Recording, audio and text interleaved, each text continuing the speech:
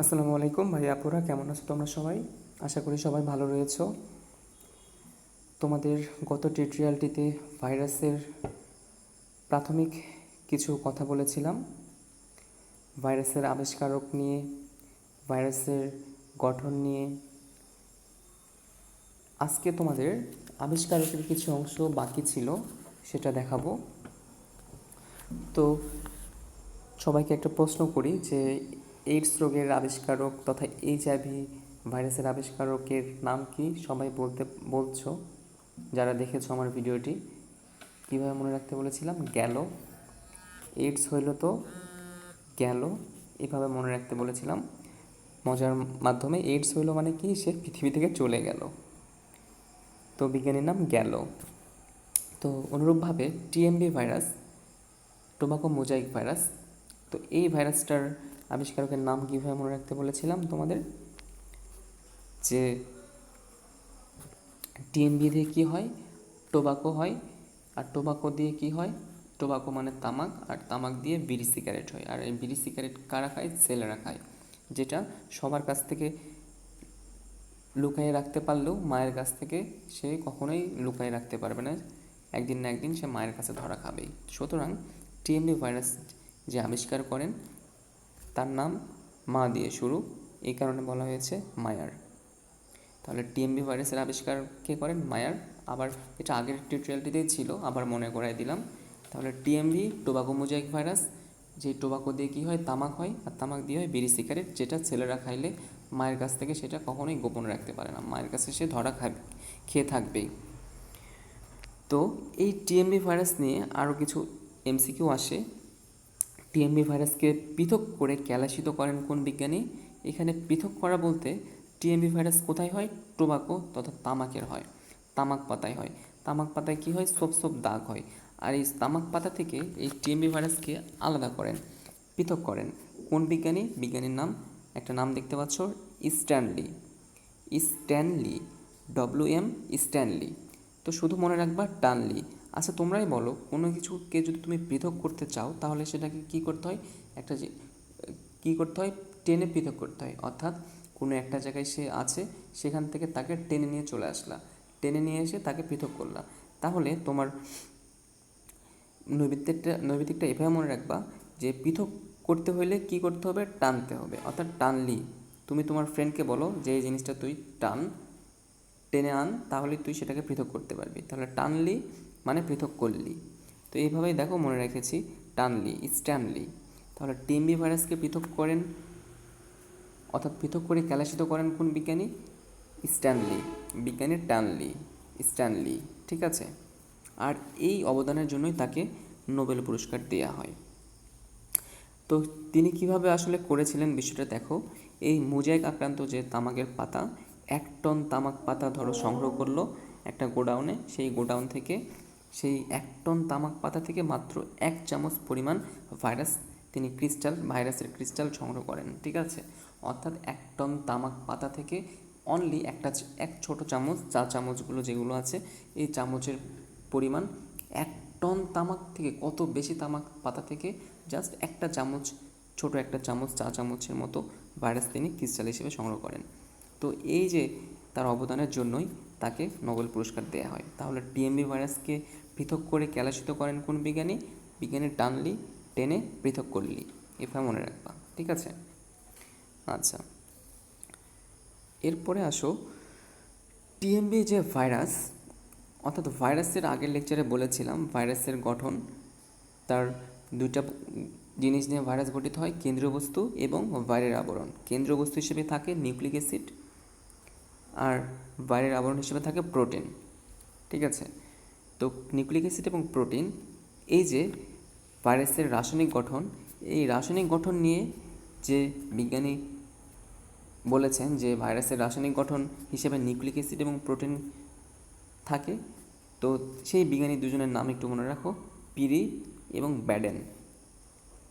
তো নৈবেদিকটা এভাবে আসবে, ধরো ভাইরাসের রাসায়নিক গঠন প্রকৃতি বর্ণনা করেন কোন বিজ্ঞানী? বিজ্ঞানী পিরি এবং বার্ডেন নামক বিজ্ঞানী। তো এভাবেও আসতে পারে টিএমবি ভাইরাস। তো ভাইরাসের মধ্যে তো টিএমবি ভাইরাস পড়ে, তো টিএমভি ভাইরাসের রাসায়নিক গঠন কি? নিউক্লিক অ্যাসিড এবং প্রোটিন। তাহলে এগুলোই তো তার রাসায়নিক গঠন। তাহলে টিএমভি ভাইরাসের রাসায়নিক গঠন নিউক্লিক অ্যাসিড এবং প্রোটিন, এটা বর্ণনা করেন কোন বিজ্ঞানী? অনুরূপভাবে একই অ্যান্সার হবে, পিরি এবং বার্ডেন। সামগ্রিকভাবে তাহলে বলা হয়েছে যে ভাইরাসের রাসায়নিক গঠন প্রকৃতি বর্ণনা করেন বিজ্ঞানী পিরি এবং বার্ডেন। তো মনে রাখবা কীভাবে, দেখো মনে রাখার একটা টেকনিক বলি। দেখো, পিরি সাথে প্রোটিনের কথাটার মিল আছে, ঠিক আছে? পিরি প্রোটিন। তাহলে ভাইরাস যে রাসায়নিকভাবে প্রোটিন দিয়ে গঠিত বাইরের আবরণটি, তাহলে প্রোটিনের সাথে পিরি, তাহলে পিরি সেটা বুঝতে পেরেছেন। এবং নিউক্লিক অ্যাসিড কেন্দ্রবস্তু হিসেবে থাকে। তাহলে নিউক্লিক অ্যাসিড কী দিয়ে? দুই প্রকারের নিউক্লিক অ্যাসিড আছে, তোমরা সবাই জানো। একটা DNA deoxyribonucleic acid, আর একটা আরএনএ রাইবোস নিউক্লিক অ্যাসিড। তাহলে দেখো ডিএনএ, ডি এর সাথে এখানে দেখো বার্ডেন, ড উচ্চারণ হচ্ছে, ঠিক আছে? তাহলে নিউক্লিক অ্যাসিডের মধ্যে বিষয়টা আছে কেমন করে, যে নিউক্লিক অ্যাসিডের মধ্যে রয়েছে ডিএনএ, আর ডিএনএর সাথে এই ব্যাডেনের কথাটার নামের মিল রয়েছে। তাহলে টিএমভি তথা ভাইরাসের রাসায়নিক গঠন নিউক্লিক অ্যাসিড এবং প্রোটিন, এটা বর্ণনা করেছেন কোন বিজ্ঞানী? বিজ্ঞানী পিরি এবং ব্যাডেন। তাহলে পিরি দিয়ে প্রোটিন মনে রাখবা, আর নিউক্লিক অ্যাসিডের লাস্টে যে ড আছে এটা দিয়েও মনে রাখতে পারবা, ব্যাডেনের ড আছে, ঠিক আছে? তাহলে পিরি এবং ব্যাডেন রাসায়নিক গঠন বর্ণনা করেন ভাইরাসের। এরপরে আসো সবথেকে গুরুত্বপূর্ণ একটা এমসিকিউ, যে মানুষের নীরব ঘাতক ব্যাধি ভাইরাস কোনটি? এটার অ্যান্সার খুবই গুরুত্বপূর্ণ, হেপাটাইটিস সি। মানুষের নীরব ঘাতক ব্যাধি ভাইরাস হেপাটাইটিস সি ভাইরাস। তো বিষয়টা আসলে কেন নীরব ঘাতক বলা হইল? ধরো তোমার এইডস হয়েছে, আল্লাহ না করুক কারো যেন না হয়, সাপোজ ধরো হয়েছে, তুমি তো হইলে সঙ্গে সঙ্গে মারা যাচ্ছ না, কিছুদিন তুমি জীবিত থাকতেছো, 1 বছরও থাকতে পারো, 5 মাস থাকতে পারো, বা 2 বছর থাকতে পারো, একটা নির্দিষ্ট সময় তুমি বেঁচে থাকতে পারতেছো, ঠিক আছে? অর্থাৎ তোমার সঙ্গে সঙ্গে তুমি মারা যাচ্ছ না। কিন্তু এই হেপাটাইটিস সি যদি তোমার এই নীরব ঘাতক ভাইরাসটা তোমার দেহের মধ্যে ঢুকে যায়, তাহলে তুমি বেশি টাইমই পাবা না। যদি তোমার এই নীরব ঘাতক ভাইরাস দেহের মধ্যে ঢোকে, তুমি সঙ্গে সঙ্গে ট্রিটমেন্ট ছাড়াই মারা যাবা। এই কারণে একে বলা হয়েছে নীরব ঘাতক, ঠিক আছে?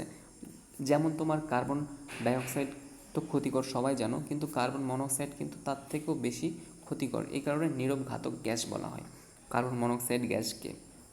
অর্থাৎ তোমার সঙ্গে সঙ্গে তুমি ডেথ পর্যায়ে যাবা, মানে মৃত্যু পর্যায়ে যাবা। এই কারণে এটাকে বলা হয়েছে নীরব ঘাতক। এটার আরেকটা নাম তুষের আগুন। তো তুষের আগুন কেন বলা হইল? তুষ বলতে যে খড় টাইপের জিনিসপত্রগুলো বোঝায়। খড়ের মধ্যে যদি তুমি আগুন লাগায় দাও, সেই আগুনটা কি তুমি নিভাতে পারো সহজে? এক নিমিষেই খড়ের সব কিছু পুড়ে ছারখার হয়ে যায়। তেমনিভাবে তোমার দেহের মধ্যে যদি হেপাটাইটিস সি ভাইরাস ঢোকে, তাহলে সঙ্গে সঙ্গে তুমি দেহ তোমার আর কোনো কাজ করবে না, তুমি অটোমেটিক্যালি মৃত্যুর দিকে ধাবিত হবা। এই কারণে হেপাটাইটিস সিকে তুষের আগুনও বলা হয়েছে, আবার নীরব ঘাতকে বলা হয়েছে। তো এই যে নীরব ঘাতক হেপাটাইটিস সি, এই ভাইরাসটার আবিষ্কারক যিনি করেছেন তার নাম বিজ্ঞানী ওয়াল্টার। দেখো কিভাবে মনে রাখবা আসলে এই ওয়াল্টার নাম দিয়ে। তো তোমাদের আরেকটা কিছু বলে রাখি, আরেকটা কথা, যে হেপাটাইটিসের মধ্যে অনেকগুলো টাইপ আছে। Hepatitis A, B, C, D, E, অর্থাৎ তোমার A B C D E এই টাইপগুলো হেপাটাইটিসের মধ্যে রয়েছে।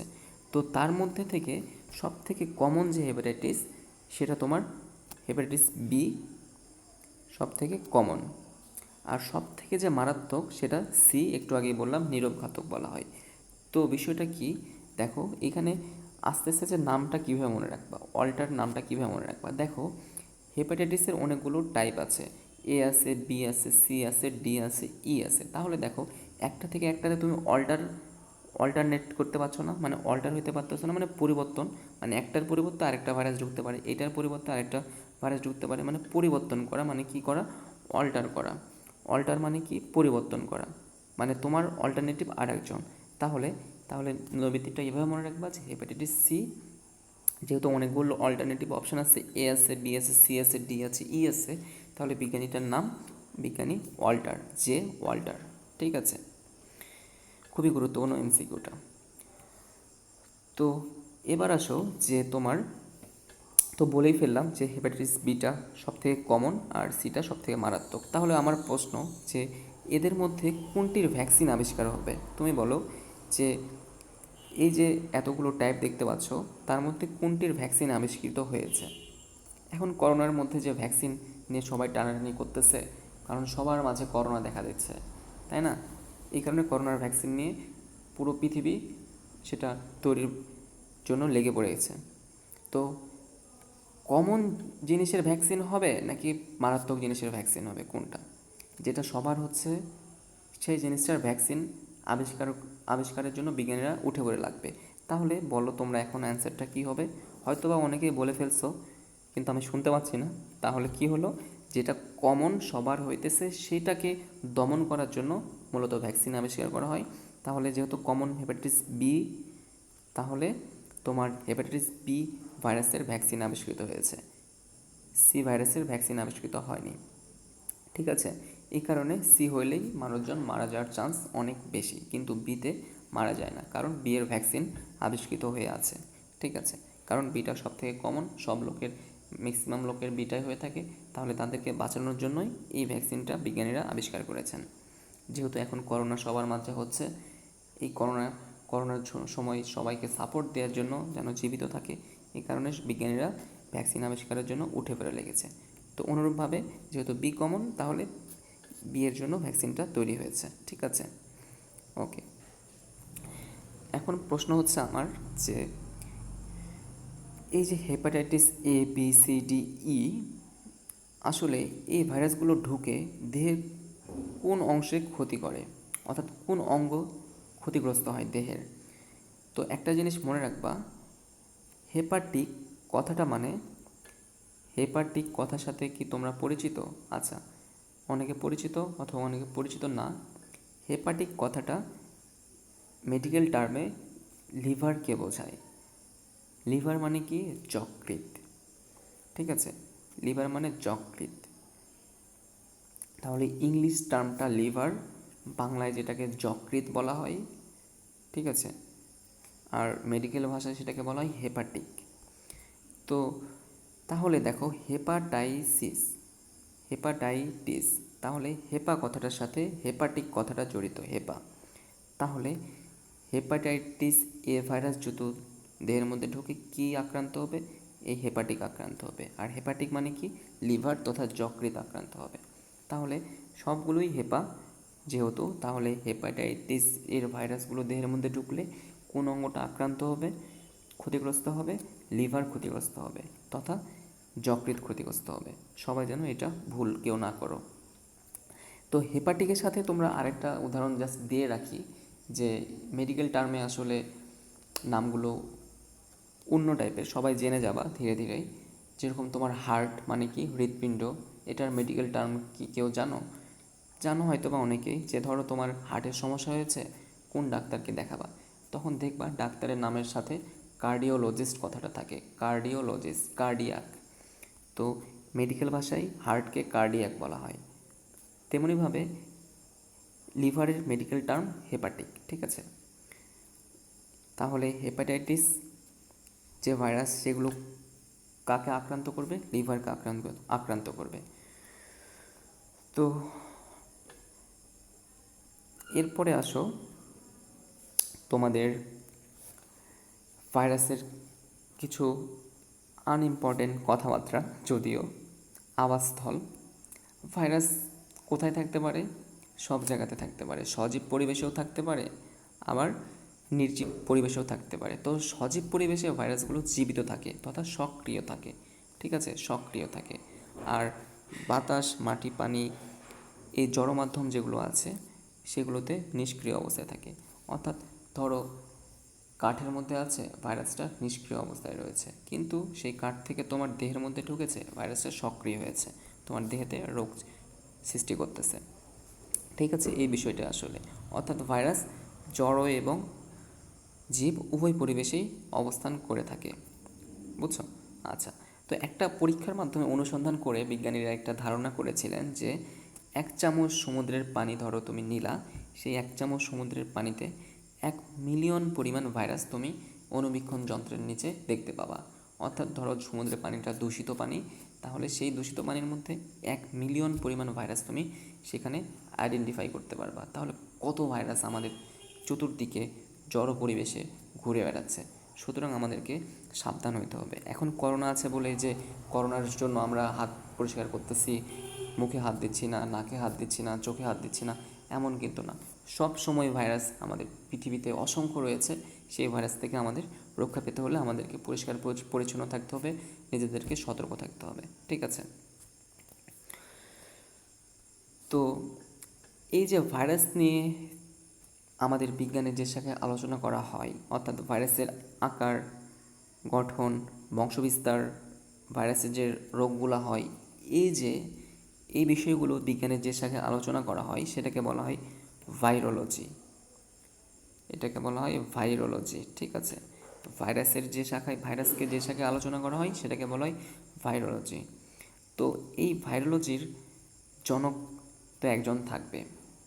এই জনকের নাম তোমরা একটু আগেই জেনেছো, স্ট্যানলি। তো এটা কীভাবে মনে রাখবা? ধরো ভাইরাসের জনকরা কি করে? ধরো একটা কোনো জিনিস প্রতিষ্ঠিত হয়নি, যে এই জিনিসটিকে প্রতিষ্ঠিত করবে তাকে তো উক্ত জিনিসের জনক বলা হবে। ঠিক আছে না? অর্থাৎ কোনো একটা জিনিস তলানিতে বা নিম্ন মানের হয়ে আছে, তাকে গবেষণা করে উচ্চ মানের পর্যায়ে সবার সামনে নিয়ে চলে আসছো, তাহলে তো তুমি তার জনক হবা। তাহলে ধরো ভাইরোলজির জনক বলা হইলো স্ট্যানলিকে। তাহলে দেখো স্ট্যানলি কথাটার সাথে আগেই বলেছি টেনে কথাটা যুক্ত আছে, টানলি।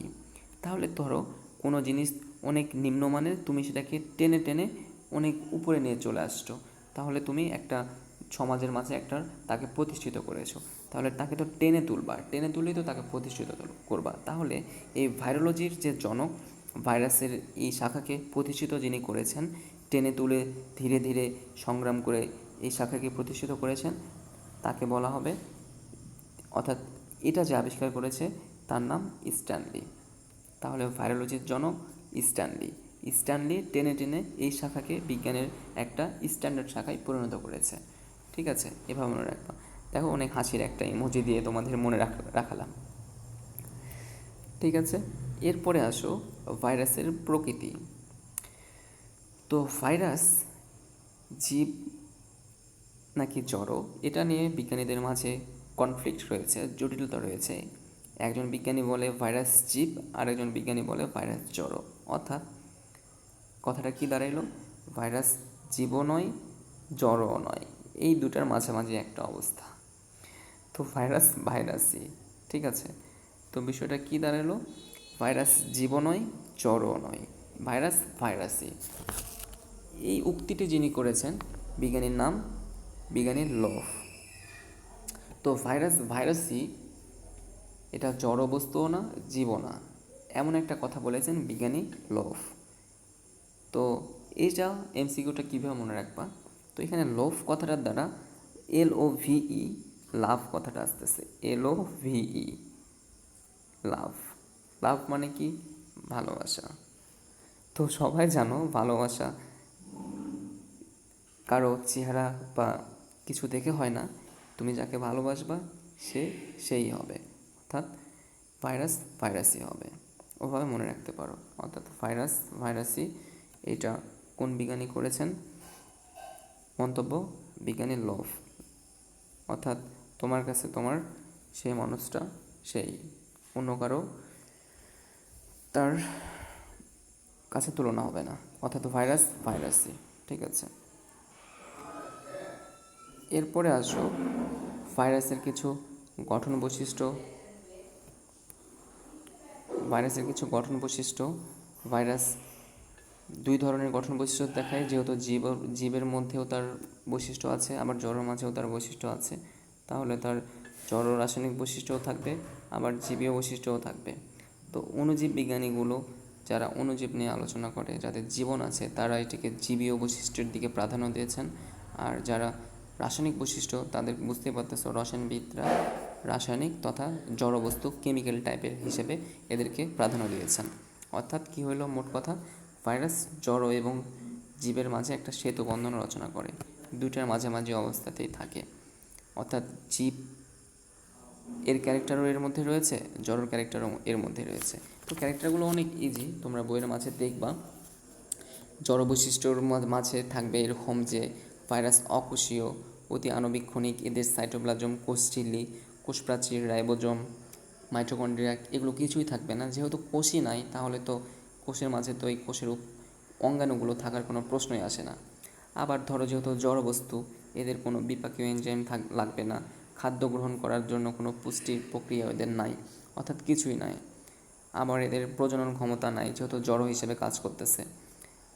ঠিক আছে, তো এরকম কিছু বৈশিষ্ট্য তোমরা বইয়ের মাঝে দেখতে পাবা জড় বৈশিষ্ট্যের ক্ষেত্রে। আবার জীবীয় বৈশিষ্ট্যের ক্ষেত্রে তোমরা দেখতে পাবা যে ভাইরাস, জীবের বৈশিষ্ট্যের মধ্যে দেখতে পাবা ভাইরাস সংখ্যা বৃদ্ধি করে। জীবীয় বৈশিষ্ট্য অর্থাৎ তোমার দেহের মধ্যে যখন ঢুকবে ভাইরাসটা কিন্তু সক্রিয় হয়ে যাবে, তখন কি করবে, তোমার দেহের মধ্যে সংখ্যা বৃদ্ধি করবে। ঠিক আছে, মাল্টিপ্লিকেশন করবে, অর্থাৎ তোমার অসংখ্য ভাইরাস তোমার দেহের মধ্যে উৎপন্ন করবে। এটাকে তোমার এই যে এখন করোনার মধ্যে, করোনার ধরো এরকম তোমরা শুনে এসেছো যে ইতালিতে যে করোনা ভাইরাস, বাংলাদেশে তার টাইপটা অন্য, অর্থাৎ ভাইরাস মিউটেশন ঘটাতে পারে, ভেরিয়েশন ঘটাতে পারে, অর্থাৎ একটা টাইপ ভাইরাস থেকে তার গঠন প্রকৃতি চেঞ্জ করতে পারে। এটা সক্রিয় যখন ভাইরাস জীবদেহের মধ্যে থাকে তখনই সে সেটা তখন পারে, অর্থাৎ তখন সে সক্রিয়, তথা এই বৈশিষ্ট্যটা তার জীবীয় বৈশিষ্ট্য।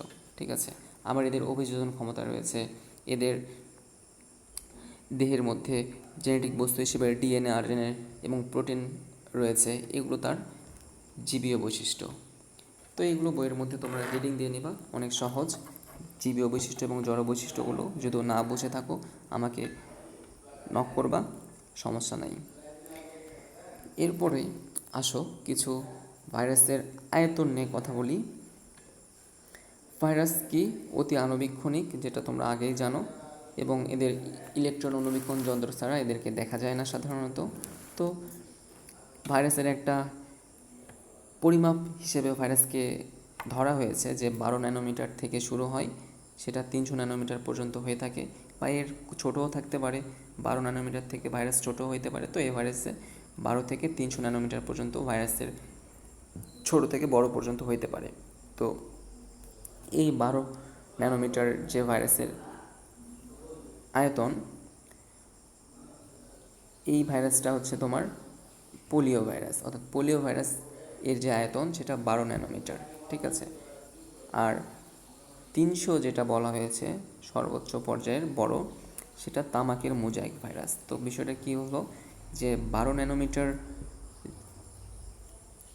আকারের ভাইরাস কোনটি, পোলিও ভাইরাস, আর 300 ন্যানোমিটারের আকারের ভাইরাস কোনটি, সেটা তামাকের মোজাইক ভাইরাস। তো এটা মনে রাখবা কীভাবে, দেখো 12 বাচ্চাদের কি করা হয়, পোলিও টিকা খাওয়ানো হয়, পোলিও টিকা দেওয়া হয়। তো বাচ্চা সাধারণত বাচ্চাদেরকে 12 বয়স হিসেবে কাউন্ট করা হয়। ঠিক আছে, 10 বছরের বাচ্চা, 12 বছরের বাচ্চা। তো 12 ন্যানোমিটার বাচ্চার বয়স, 12 ন্যানোমিটার সাধারণত 12 বয়সের কোনো ছেলে মেয়েকে বাচ্চাই বলা হয়। তো সেভাবে মনে রাখবা যে পোলিও ভাইরাসের আয়তন বা আকার 12 ন্যানোমিটার। আর দেখো তামাকের বলা হয়েছে 3, তামাকের প্রথমে দেখো কি রয়েছে, এই দেখো 3-এর মতো রয়েছে, এখানে দেখো 3, 300 3, তামাকেরও 3, অর্থাৎ এই যে 3, অর্থাৎ 300 ন্যানোমিটার আয়তনকার তামাকের মোজাইক ভাইরাস। এভাবে মনে রাখবা, তাহলে এমসিকিউগুলো তোমরা পরীক্ষায় পারবা। ঠিক আছে, তো এরপরে আসো আরও কিছু এমসিকিউ আসে তোমাদের, যে সব থেকে ক্ষুদ্র ভাইরাস কোনটি। সব থেকে ক্ষুদ্র ভাইরাস গবাদি পশুর foot and mouth virus. Foot and mouth virus সব থেকে ক্ষুদ্র ভাইরাস, গবাদি পশুর ফুট অ্যান্ড মাউথ ভাইরাসটা হচ্ছে সব থেকে ক্ষুদ্র ভাইরাস। ঠিক আছে, তো বিষয়টা কেমন, যে ফুট অ্যান্ড মাউথ, ফুট মানে কি পা, পায়ের পাতা, এবং মাউথ মানে মুখ। এই গবাদি পশু অর্থাৎ তোমার গরু, ছাগল, এদের মুখে এবং পায়ে ঘা হয়, ক্ষত সৃষ্টি হয় যে ভাইরাস দ্বারা, সেটাকে বলা হয়েছে গবাদি পশুর foot and foot and mouth রোগ সৃষ্টিকারী ভাইরাস, আর এই ভাইরাসটা সবথেকে ক্ষুদ্র ভাইরাস। ঠিক আছে, এটার দৈর্ঘ্য হইতে পারে 8 থেকে 12 ন্যানোমিটার। এগুলো জানার দরকার নাই, জাস্ট মনে রাখো সবথেকে ক্ষুদ্র ভাইরাস গবাদি পশুর ফুট অ্যান্ড মাউথ রোগ সৃষ্টিকারী ভাইরাস। আর অনুরূপভাবে সবথেকে বৃহদাকার ভাইরাস মানে বৃহত্তম ভাইরাসগুলোও থাকতে পারে, অনেকগুলো আছে। ভ্যাকসিনিয়া ভাইরাস, ভেরিওলা ভাইরাস, কোলারলো মোজাইক ভাইরাস, যেটা একটু আগে তোমাদের এখানে দেখালাম, তামাকের মোজাইক ভাইরাস দিয়ে তোমাদের দেখালাম, সেটা কোলালোতেও হইতে পারে, সোপ দাগ। তো সেটাও বৃহত্তম এর মধ্যে রাখা হয়েছে। তাহলে বৃহত্তমের মধ্যে কি কি রয়েছে? ভ্যাকসিনিয়া ভাইরাসটা অনেক বড়, ভেরিওলা ভাইরাসটাও অনেক বড়, গোলালোর মোজাইক ভাইরাসটাও অনেক বড়। তো এই ভাইরাসগুলো বৃহৎ আকার, মানে আকারে এদের অনেক সাইজটা বড় হয়ে থাকে, অর্থাৎ 300 ন্যানোমিটার বা এর থেকেও বড় হইতে পারে। তো এখন এই ভাইরাসগুলো দিয়ে কিছু রোগ হয়। ধরো ভ্যাকসিনিয়া ভাইরাসটা আসলে কী রোগ সৃষ্টি করে? এটা বসন্ত সৃষ্টি করে। বসন্ত অর্থাৎ তোমার গরুর বসন্ত রোগ সৃষ্টি করে এই ভ্যাকসিনিয়া ভাইরাস দ্বারা। অর্থাৎ যেরকম HIV ভাইরাস দ্বারা মানুষের এইডস হয়, অনুরূপভাবে ভ্যাকসিনিয়া ভাইরাস দ্বারা গরুর বসন্ত হয়। আবার ভেরিওলা ভাইরাস দ্বারা গুটি বসন্ত হয়। ঠিক আছে, ভেরিওলা ভাইরাস দ্বারা কি হয়? গুটি বসন্ত হয়। আর একটু আগে যেটা বললাম, গোল আলুর মোজাইক দ্বারা আলুর সব দাগ হয় তামাকের পাতার নাই। তাহলে আজকে অনেক কিছুই আলোচনা করা হলো, আজকে আর কথা না বাড়াই। ওভারঅল কি হইলো দেখো, আবার একবার রিভিউ করি তোমাদের, যে কিছু আবিষ্কারকের নাম তোমাদের বললাম। স্ট্যানলি, টিএমভিকে টেনে টেনে পৃথক করলে সেটা স্ট্যানলি হইল, টানলে মানে পৃথক করলে। আবার পিরি এবং বার্ডেন এরা কী করলো? নিউক্লিক অ্যাসিড এবং প্রোটিন নিয়ে যে ভাইরাস গঠিত, এই রাসায়নিক গঠনটা বর্ণনা করলেন। পিরি দিয়ে প্রোটিন আর বার্ডেন দিয়ে নিউক্লিক অ্যাসিডের এভাবে মনে রাখতে পারো। আবার নিরোগ ঘাতক ব্যাধি ভাইরাস হেপাটাইটিস সি, এটা তো তোমাদের ব্যাখ্যা করলাম। এর মাঝে সবথেকে কমন বি ভাইরাস, সবথেকে মারাত্মক সি ভাইরাস। যেহেতু সবথেকে কমন বি, তাহলে এরই ভ্যাকসিন আবিষ্কার হয়েছে। ঠিক আছে, আর এটা দ্বারা কি আক্রান্ত হয়? লিভার আক্রান্ত হয় তথা যকৃৎ আক্রান্ত হয়। আর এখানে ভাইরোলজির জনক স্ট্যানলি এই ছিল। আর এখানে তো কিছু রোগের কথা বললাম, ভ্যাকসিনিয়া দ্বারা বসন্ত হয়, ভেরিওলা দ্বারা গুটি বসন্ত হয়, আর কিছু আকার আয়তন তোমাদের বললাম। আজকে এই পর্যন্তই, সব কিছু ভালো করে পড়বা। নেক্সট ক্লাসে আরও সুন্দর সুন্দর মজার টেকনিক নিয়ে আমি তোমাদের থার্ড টিউটোরিয়ালটা করব। সবাই ভালো থাকো, সুস্থ থাকো, ধন্যবাদ।